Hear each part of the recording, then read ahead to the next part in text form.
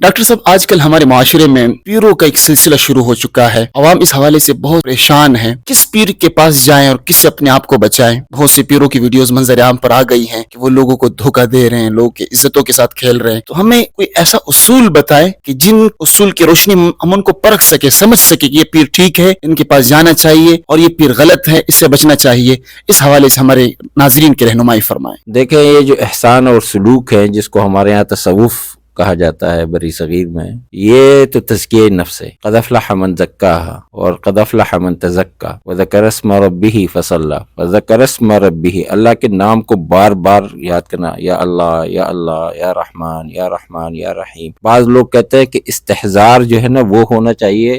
اللہ کے یعنی اسم اللہ کو یا لفظ جلالہ کو بار بار کہنے سے کچھ نہیں ہوتا. نہیں، قرآن کریم میں بار بار اللہ پاک نے فرمایا کہ میرے نام کو لے لیا کرو. تو یہ نام لینا بھی، اور یہ ذکر و اذکار میں اور تصوف کی دنیا میں یہ چیزیں ہوتی ہیں. تو اس میں حقیقت یہ ہے کہ جیسے امام ترمذی رحمۃ اللہ علیہ نے جامع ترمذی کے بالکل آخر میں فرمایا ان ھذا العلم دین فانظروا عمن تاخذون دینکم عمن تاخذون دینکم. یہ بھی علم ہے. تو اب اس میں دیکھنا چاہیے کہ ہم یہ علم کس سے لے رہے ہیں، اس کا پس منظر کیا ہے، اس کا پیش منظر کیا ہے، اس کا سیاق کیا ہے، اس کا سباق کیا ہے، اس کا سابقہ کیا ہے، اس کا لاحقہ کیا ہے. ایسے بے تکے میں کسی کے پاس نہیں جانا چاہیے. یہ آج کل جو جاہل لوگ ہوتے ہیں وہ جاہل لوگوں کے پاس جاتے ہیں، اور وہ کوئی علمی لحاظ سے ان کا مقام نہیں ہوتا. جب تک آپ کا علمی مقام نہیں بنے گا شیخ ادریس، اس کے بغیر آپ کو جو ہے نا شیخ العرب اور شیخ المسلمین اور شیخ الفلان اور شیخ الفلان کہنا، یہ لوگوں کی باتیں ہیں، یہ معتبر اور مستند نہیں ہے. جب تک آپ، اور کوشش یہ کی جانی چاہیے کہ آپ جس کے ہاتھ پر بیعت کر رہے ہیں یا جس کے پاس جا رہے ہیں، جس سے احسان و سلوک کے منازل طے کر رہے ہیں، وہ صحیح معنوں میں ایک متبحر اور ایک مضبوط عالم دین ہو، اور پھر اس کا قرآن اور حدیث سے پکا رابطہ ہو. پھر عبادات بھی، حقوق اللہ بھی، حقوق العباد میں بھی وہ پکا ہو. ٹھیک ہے، میں مانتا ہوں کہ انسانی فطرت میں لغزشیں ہیں، خطائیں ہیں، کچھ غلطیاں ہوتی ہیں، کوئی پیغمبر اور کوئی صحابی نہیں بن سکتا. لیکن بہرحال اپنے زمانے میں جن لوگوں کے پاس جانا چاہیے، پہلے یہ دیکھنا چاہیے کہ اس کا قرآن و حدیث سے کیا تعلق ہے، اور اس کے اپنا جو اعمال ہیں، اس کی جو عبادت ہے، اس کی جو ریاضت ہے، وہ کس حد تک ہے، اور اس کا اپنا قول و فعل کیا ہے. وہ اپنے قول میں کہیں اپنی زندگی میں کہیں قول و فعل میں تضاد کی تو مرتکب نہیں ہے. تو یہ ساری چیزیں دیکھ کر جانا چاہیے. اچھا، اب ایک ہے مارکیٹ میں، یا یوں کہہ لیجئے کہ بازاری قسم کے پیر. آپ نے تو جو تذکرہ فرمایا، میں معافی چاہتا ہوں، آپ نے تو مسلمانوں کے پیروں کا تذکرہ فرمایا.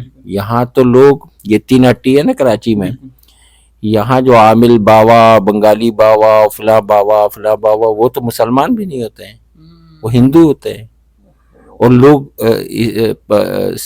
عیسائیوں کے پاس بھی جا رہے ہیں. اور بین الاقوامی سطح میں جادو کے توڑ کے لیے لوگ بالکل باطل نظریات اور کفریہ نظریات، یعنی یہود و ہنود اور سب کے پاس جا رہے ہیں. ان چیزوں میں احتیاط کی ضرورت ہے. اس میں آدمی کا ایمان چلا جاتا ہے. تو ایمان، اس کا آسان حل یہ ہے کہ اگر آپ کے اوپر جادو ہوا ہے تو ما ہوا بدارین بہ وما هم بدارین بہ الا باذن اللہ وما هم بدارین بہ احدا الا باذن اللہ. اسی طرح وَأَلْقِ مَا فِي يَمِينِكَ تَلْقَفْ مَا صَنَعُوا إِنَّمَا صَنَعُوا كَيْدُ سَاحِرٍ وَلَا يُفْلِحُ السَّاحِرُ حَيْثُ أَتَى. وقال رجل مؤمن إني عُذْتُ بربي وربكم من كل متكبر لا يؤمن بيوم الحساب.